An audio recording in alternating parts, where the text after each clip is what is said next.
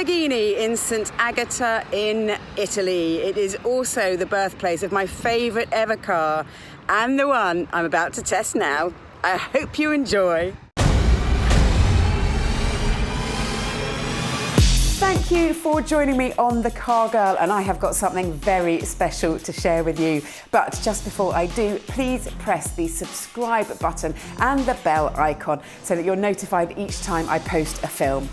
Now, which manufacturer springs to mind when I say that its paint job is usually as loud as its engine? Lamborghini, of course. And this is the baby of the bunch, the Huracan EVO RWD. And those three little letters are getting me dizzy with excitement because they mean that this car is rear-wheel drive, and that equals slidey, slidey fun.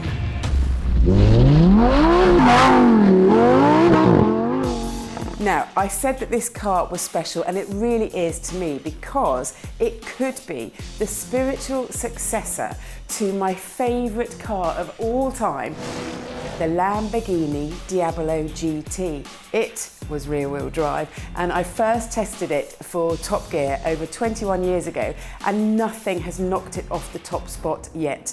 I felt that I'd met my match in metal. Whereas that 12-cylinder monster was the range topper, this rear-wheel drive machine is the entry point for Lamborghini today. It costs just over £164,000. And for that, you get one of the most angular bodies I have ever seen. Lamborghini does not make boring cars. And for this one, the designers took inspiration from a shark. Feast your eyes.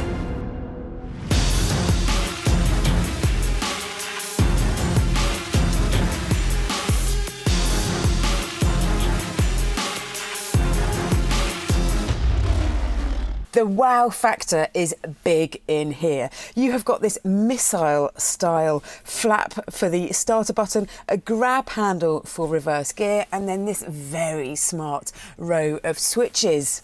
If you go for the £450 cup holder and smoker package, then you get this, which really should be called a nightclub cocktail holder, and an ashtray. Do people still smoke? When it comes to tech, it can fully integrate with your smartphone, and it's got clever things like a curfew alert that will tell you if your other half sneaks out for a nighttime drive. Though surely the noise of this will wake you up first.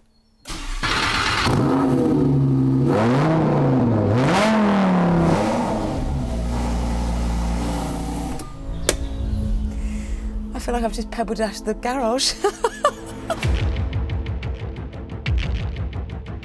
Now, this is the first car that I've come across that can connect to Alexa, and you can ask her to do things like set the heating and the lighting in here. And it's good to have her on board because once you're on the move, controlling this requires a lot more focus than a quick glance down. I know that I often complain about small fiddly buttons. Well, take a look at these. They're smaller than a hamster's ear, and they operate the indicators and the wipers, but I think that they are ergonomically brilliant. And if you're used to riding a motorbike, then you're used to this system. Though obviously you don't have wipers on a motorbike. Well, not the ones that I ride. By contrast, the steering wheel is needlessly angular in places. It could do with a bit of softening off. And this seat could be better tailored to my 5'5.5" frame. It feels a bit man spec. This button, however, fits me perfectly.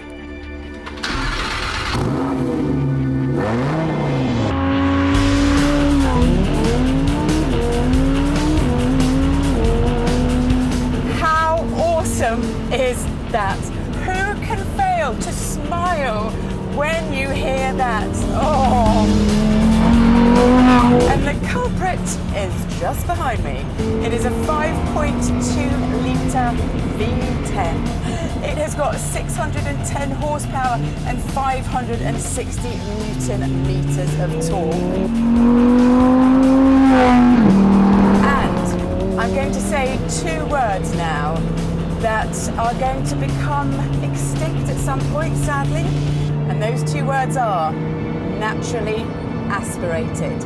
All that power and torque comes from the engine, and there's no electricity. There's no turbo, there's no hybrid involved. Bury the throttle and 62 miles an hour happens in 3.3 seconds. 124 happens in 9.3 seconds.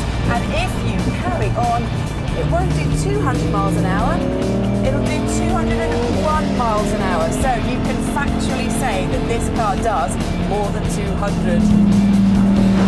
It is such an assault on your senses that I actually have to keep looking in the mirror to make sure that the rear end hasn't just been ripped off. It's like you're at the centre of some wild night out all the time.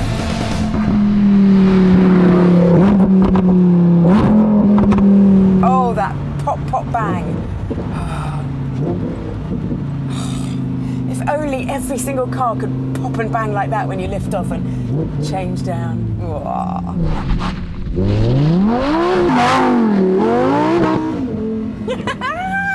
Oh, it's so naughty.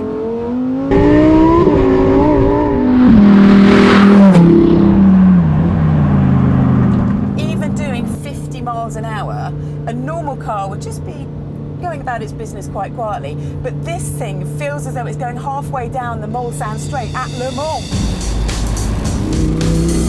Talking of racing, there is a one-make championship for the Huracans. They're a little bit more powerful than this, and that's called the Super Trofeo. So with such a racing pedigree, it's no wonder that Lamborghini thinks that some of this car's owners will take their car onto a track day. Oh, they're gonna have some fun.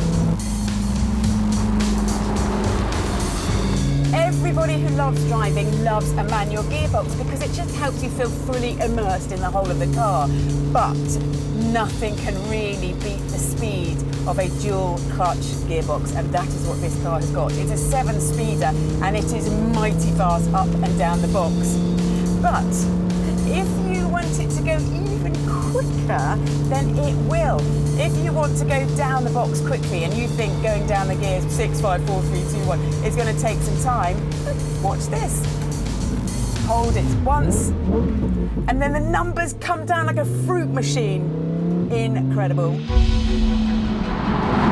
This car joins the 4-wheel drive Huracan in the range, and I love the fact that all of the power goes to the rear wheels here instead of being spread out through all the corners, because it does remind me of my rear-wheel drive Diablo GT. That was a hairy-chested beast of a thing, and I absolutely had to keep my focus on the car all the time, and it's not too dissimilar in here, which is a good thing.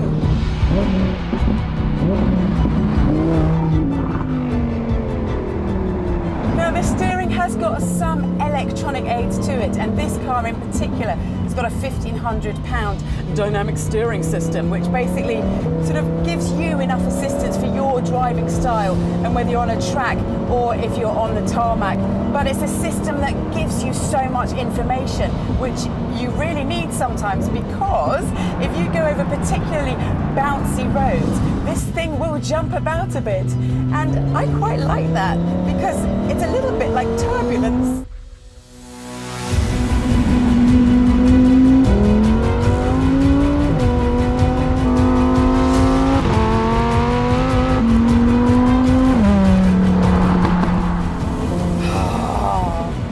The more miles I do in this car, the more I'm falling in love. It is a joy to see a bend coming up because I know that it'll just tuck its nose in and feed you round and then fire you right out.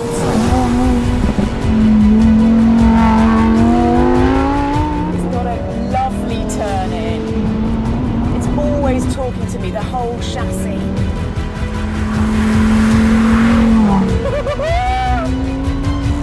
Oh, this isn't for the faint-hearted. Inside or out?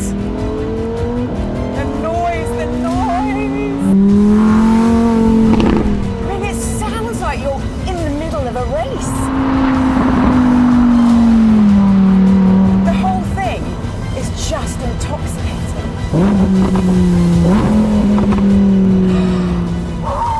I'm so pleased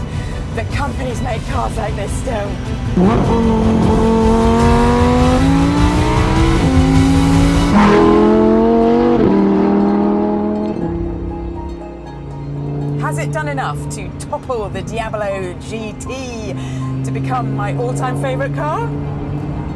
It's not a bad attempt, I'll give it that. But honestly, I can't turn my back on my first true love. But good try, very, very good try. Sadly, that brings us to the end of this particular film. I'm so glad that you've been able to be on board with me and to experience the whole noise and the theatre of this car. Oh, it's been an utter joy, and thank you for being with me, and thank you for watching. Until next time.